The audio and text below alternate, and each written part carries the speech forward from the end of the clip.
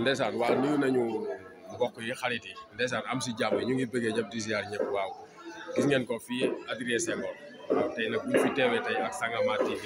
waaw avant tout dañuy bëggee téléspectateur Sangomar TV yéen ñëpp ñu ngi leen di nuyu di leen sant ndeysaan Asso la le Don King de la lutte simple l'ambassadeur de la paix comme ni ñu ko di defee rek saa su ne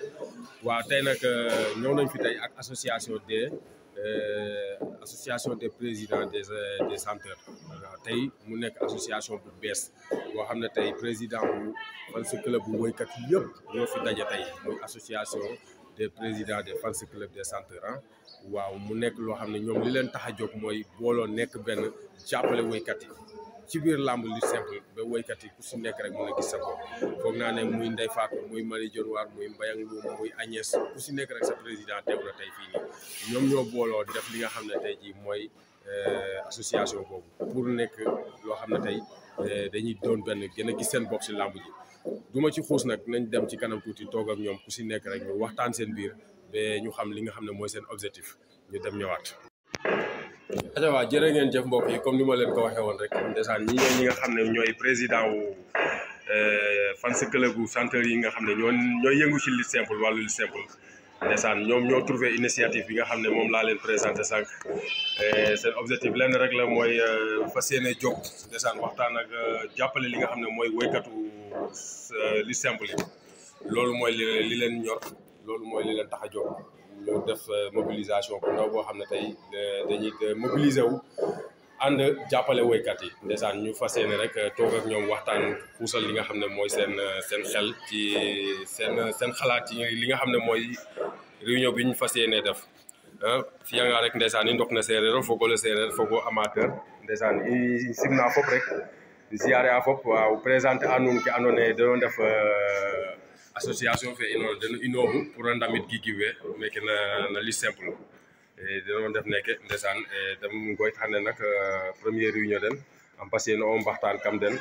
te ref ka andoona yee a bugo médiatiser te ref ka na ret ka rek itam ngo laya nuun rek nu xa refna amateur rek vraiment waaw in way cungam rek ke andoona yee xane ten ref a caf den vraiment bo ngodaana waxtaan fane rek waase andoona yee ten ref le président waaw te présenter o i a présenter goye fop nu xa refna rek te présenter in président me simnam waaw lamtam golle fi sima ngolle mi Sombel Kade Sombel Kade en Mam Sala Mbassis Lo waaw Sombel xaye lamtega ngam ke andoona yee ten ref objectif fane tax na nu ino xane xale ka xam waaw ya lamtaxamo nun rafet o question na koy et ka julli no roogo yaal rek gidma tuleeroxe a paax ɓaatu fadid aren ne xoyit u meen réunion gidin ba Diouf no ndok ne i mbetna association ne ke waagoonga lay ten refe inooxa inoox pour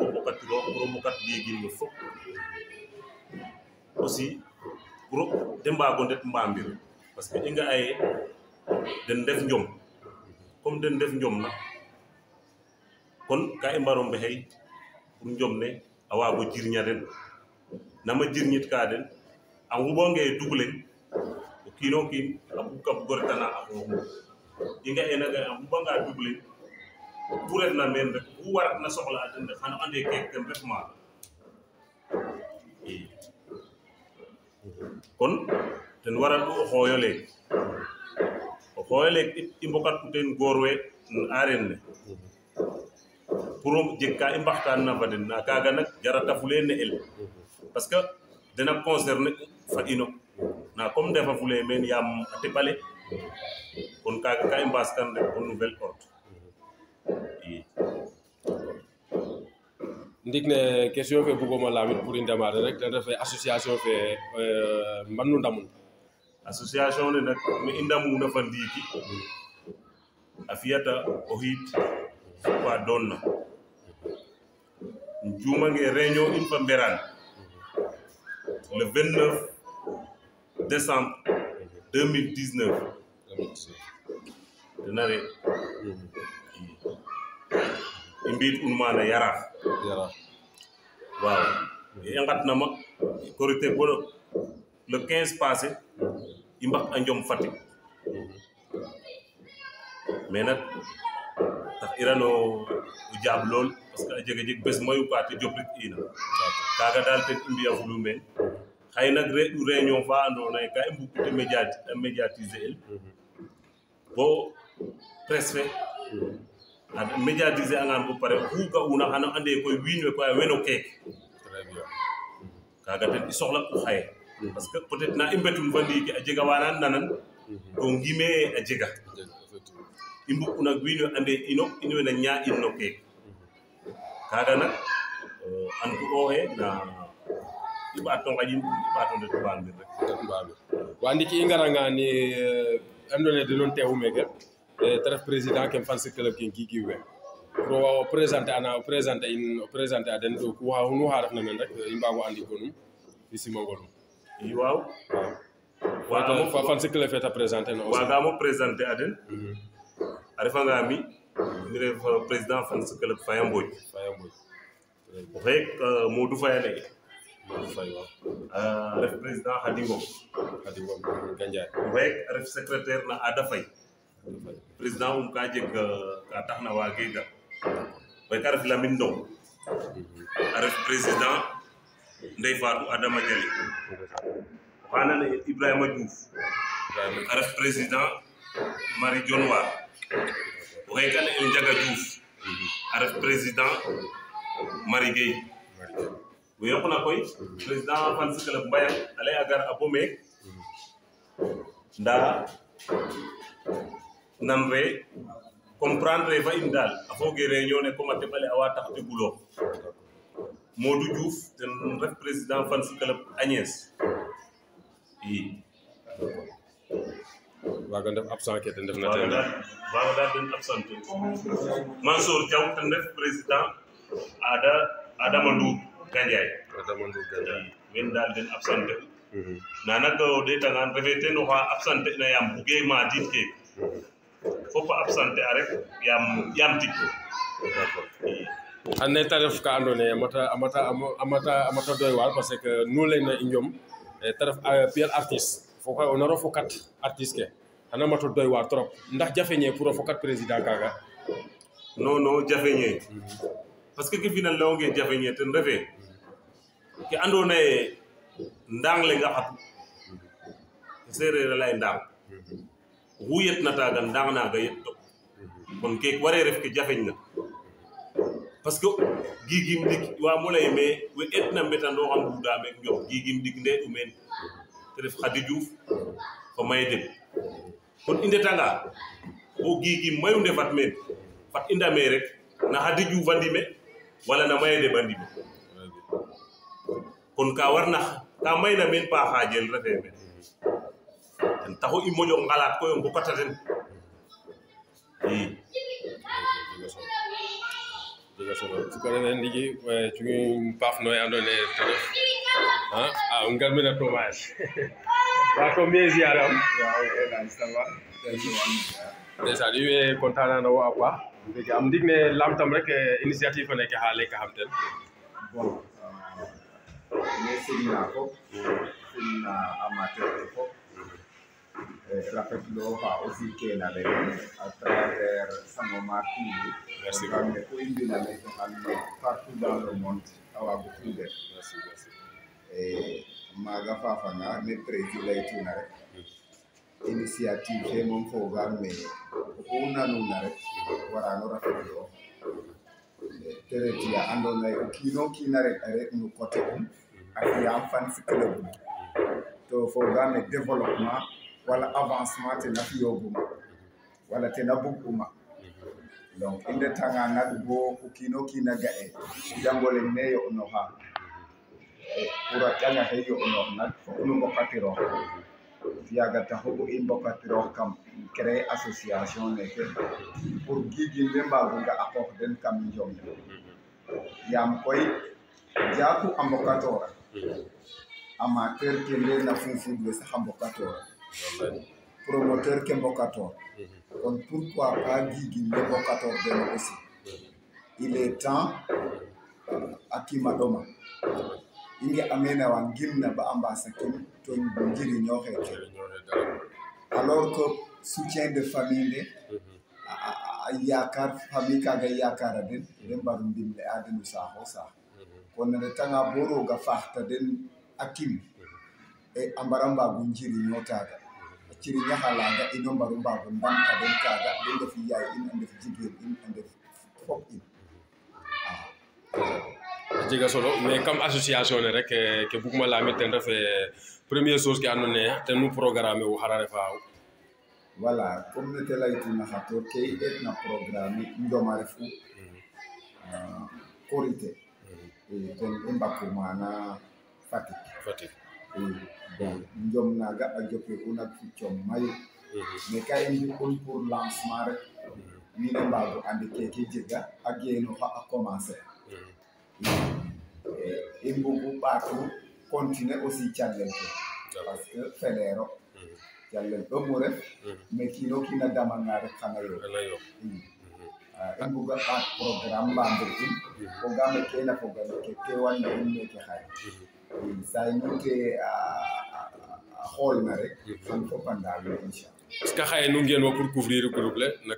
na kate papier récépissé ñapanin fop valoriser in bo ande nu xa soɓna nuun rek xana ande vraiment groupe leke mooy lo c'est ça donc maaga fogame ku fiya ndiiki rek warano fi dans le formel was informel fe donc inoy nak kayita ke bon fogame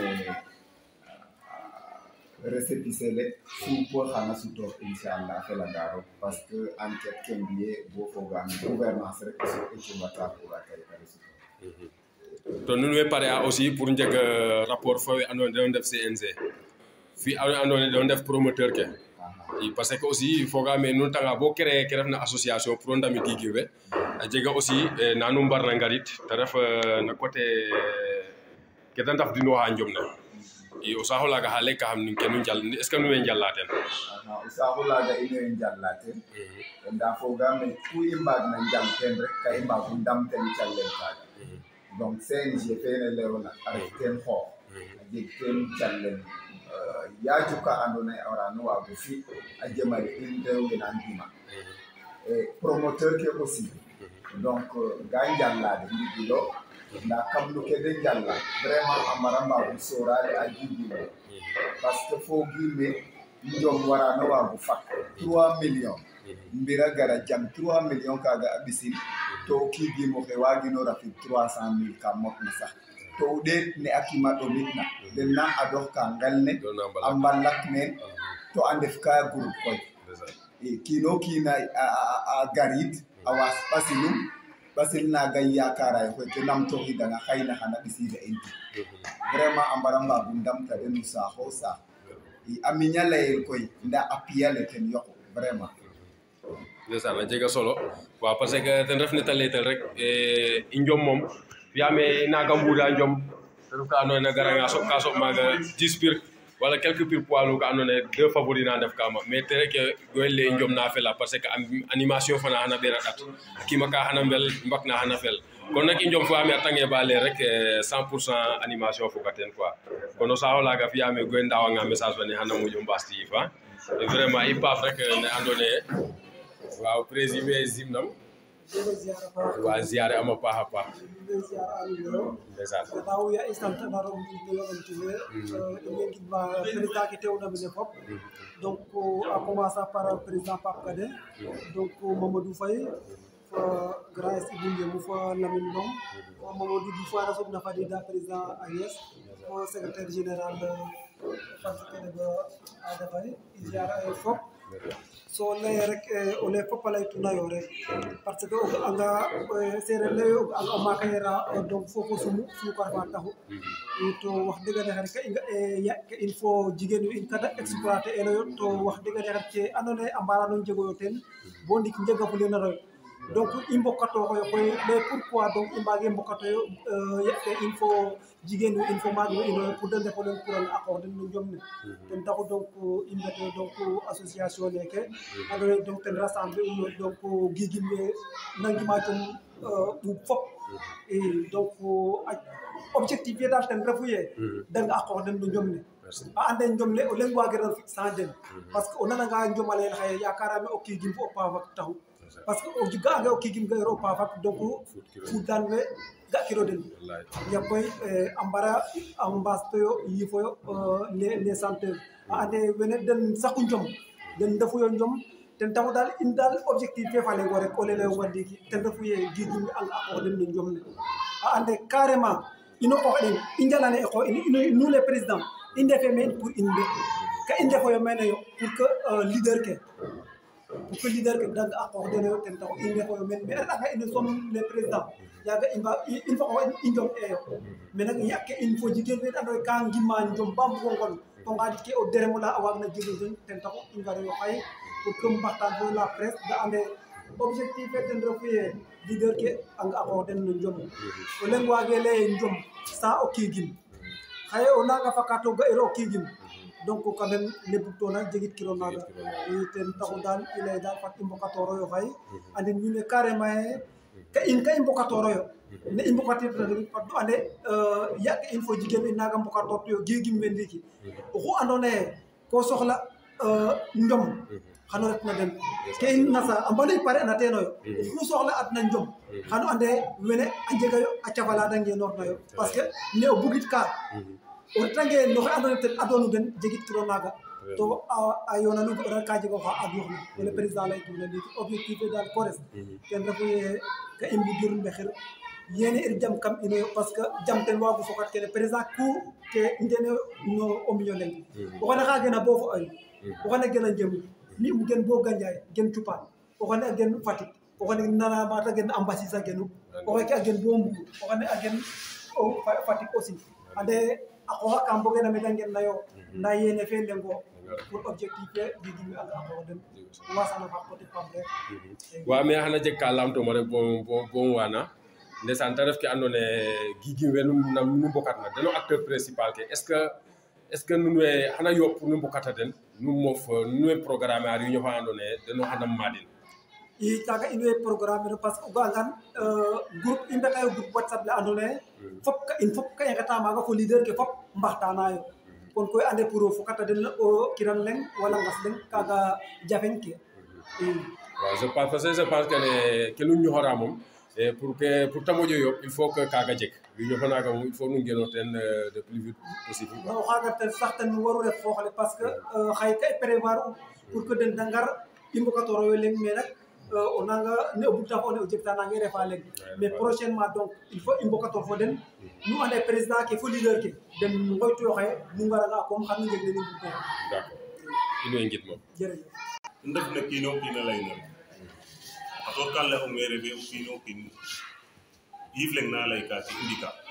nda in way njeeta ne i mbika bo couvrir a den ne i couvrir ka den a kayitale retanga ba jeg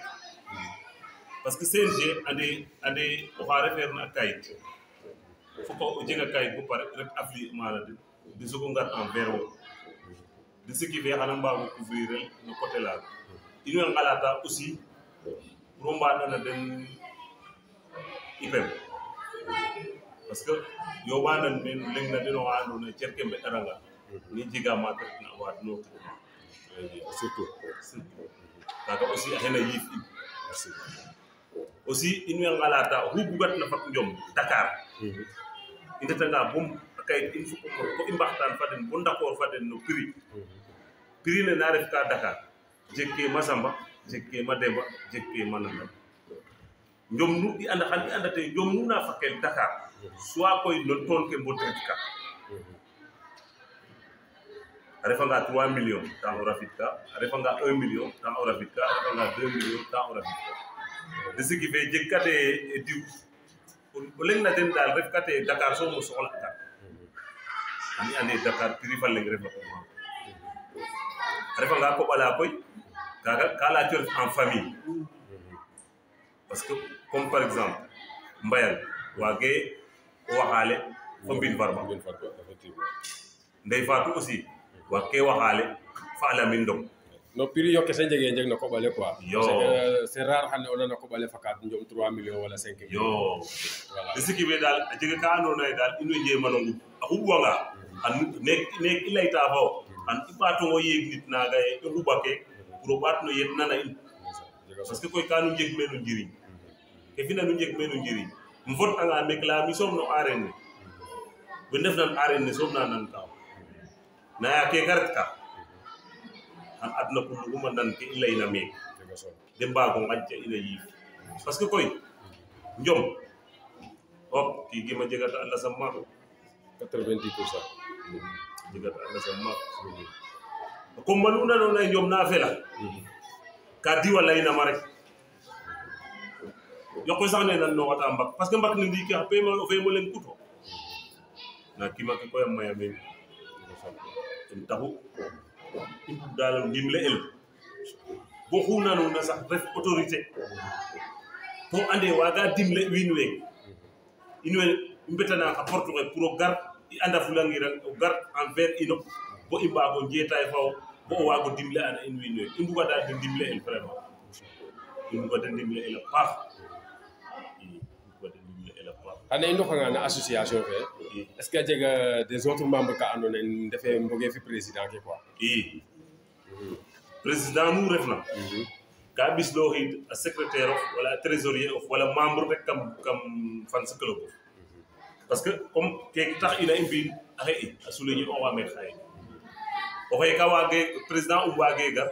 na hebli a secrétaire kon kaga ta unof ina gom ku o diwa waga ngay ref ma rek a jego ha madal kaga a jega membre ka ndef na ma no fan sa club ko ino angara de quelqu'un groupe andef membre bu ga nga it réunion ne saxit ne pour wine a comprendre imbu am ko ngati men fu membre ke fu leader ke mais kin ne o putane ro jektane ya xoyma o fi sakna arène ci jegkete lay na fami ande kete lay na fami digla rek ten taxute saxit nek te saxit ki nero bugano ten fiyana ne ando nay lay rangna buganga no ten ka o fiyane te lay to comme ka imbugna den ka injabo mbiyane de lay afa kaga waral membre ke fu leader ke ngare mais réunion fen la ona ala kuli hal hana jeg awaref ka no takku sax ako malum bokati raxawetena no réunion fen hana jeg inshallah ane a jafanga to a jega wanu ngoya ni ke ka andona hande te ref ke nu tapna et vraiment te ref ka non dernier mot ke ref ka rek waaw dernier mot ke mom ino ngoya de a ministre fe parce que wa giro sax ministre des sports njom fogame hay inaga ɗeta sport fe moƴñama gin Sénégal refe ndare a refange premier tamit a ref deuxième ministre de la culture aussi in way ngoyan ministre de la santé in way ngoyan anda ke fina wen wen i soxla a den parce que comment i paiement len lawoga fok de ɓek ten xa ɓay den parce que actuellement o kiino jeganga ma andona ye waga waadno xitma ke refna no wod fo ɓaal a jega solo lool a refa bo o ndik i mbug ku ɓeka de ndamta in o ndik parce que social rek ref meek saaxle actuellement kiino d' abord couvrir ange médicalement rek ñakatiro dal parce que xaye o kiina waranga waadno it 100 francs a gar mena o waadnin na 50 hop dimle ano tapu nak nof sa goma maaga na nak à part ministre ke limma goor wen arène nek sax mbugano we ngoya parce que aussi ke i soxlana mais ka fogate to no bayde na doone to kiin koy wagino adin bu pare kamasa comme den i adnu den def me to ke i soxlana a ref me fok de ngara ndimle a in o xatanga maaga promoteur ke ando naye den aussi ako malu de mbaɗit na dat ba njeg journée de njeg ka dat avant de njega dat sax o ga ten oxa xooyna o kiigimo leyine dat sangam kan bugu gimanidamo ten waaga aussi fok de njang a ndam ten surtout waaga moom à part ino den def xooxole à part ino den mbaru ndam lakasa ngara ndimle i de waaga aussi mais xooya den amateur ke mais xooya den xooyta den andana dene o xu bugna o kiigimo leng bugi o lakasoxa parce que a mbukatiro dembaro ambañ onan alay nangam fa nangam o ñukro leng ten refatu men ten i mbugu te ref men aussi in fop i ndamtir ndimle ir pour i maago ndet Mbamir parce que comme ne président laytuna xato a lay o jango leng ne yo'no waaw kono o jeganga xa ƴang xa mayu o yo'nanga xano moƴona nen kaga ten taxu rek ande ngaranga rek bo i mbega rek no ke andoona yee ke nu ngoyitna te ref que vraiment tiga mosna um conseil cooka ke andoona yee den ndef acteur principal ke te ref Guigui we ne ta mbarna ñoowit kam den Guigui we ke waagma conseil a ten refe a coox nu ga'oona fop o kiin a adoox to ɗik ndee'u meen comme ne layit'oonga ten te ref a maye den fo Khady Diouf o leŋ oxe roog a fi'aa ne moƴna anda no yaal oxe yirmin maak te ref kon an yoqatu meen Fatou Gueye yoqu meen ten itamit roog a fi'aa ne moƴna an yoqatu meen Ndeye Fatou yoqu meen to xu bugeerna xa xel fa'oonga xel fa'kiro o kiin to i mbaag ke mbokata den koy laya dene yaf yo a Ndeye Fatou wala yaf yo a diw cer i citangaan rek ka warno cit complètement jab fop ke felonga fo ke feɗaronga kaga daal ten taxu meek te refna actuellement ka i ndame comme maye deɓ gimate o ɓeem na gimata o maako leng refatu meen ten Ndeye Fatou Adama oxu waagna o toptookum ya bugoona ke i mbugna to fogaame koy d'après ne de layta ki deno fop a mbuga ke i mbugna kaga daal ten i conseil ka den pour ñako ndoka de gauche à droite ten refe xu bugna ke i mbugna rek to ke a Ndeye Fatou yaam ten refu ma jega solo nu ye content na no njajefalam vraiment ngidma fop rek et dernier mot pour Sangomar TV Sangomar TV moom ca kaw ca kanam ke waagonga lay kooro leng ten layoogu ye premier jegee diw ref premier e jegee ka o fika bo ref meen fi bo ref meen koy ten ref ke wiin we soxla'na o laltan andaye koy actuellement mi layangiran jegee sport fa leŋ fa andoona yee rek a waag a doonel meek ba jaranaam 100 francs na njom moom andaam million koy te jaranaam kon o nanga mo sutana njom rek um fuudang a jaratangaan abonné na wo no kan abonné ka parce que xan ande xan ga'a ke felaxama na it ko retananga koy bo Diola wa ngeyoɗanga o ɓisaniidam Diola wa tamit kan moof ka ɗeeta o lakas kon ten taxu leyume ka o fika bo ref meen we adwonga meen tiga mbiye ba a mbad meen de mbadna fi kay ka fodna nen kena den pour o den fa den wala o fi ka xupna kena den pour o dada den kaga ref ndaɗatir kaga ref premier na premier refe meen de adne o leŋ ñibo oxe na fi'a ke bugma daal fo o yoon merci voilà jërë ngeen jëf acca waa jërëjëf mbokk yi comme ni ma leen ko waxee woon rek lii mooy li nga xam ne moom lañ leen indiloon tey waa tey nag 100% séeréer la bu ngeen ko déggee tey ngeen xam ne vraiment noonu rek la mun a demee waaw comme ne lay tanuma noonu rek fogole ken ref ke andoona yee ten i ɓisanid u nuun te ref andoona yee deno inooxu pour a ndamit Guigui we vraiment to ngoya ten itam nu xa andoona yee rek vraiment ga'a ten i xooxof rek a mbecungam mais ke xewtego ay na Adrien Senghor vraiment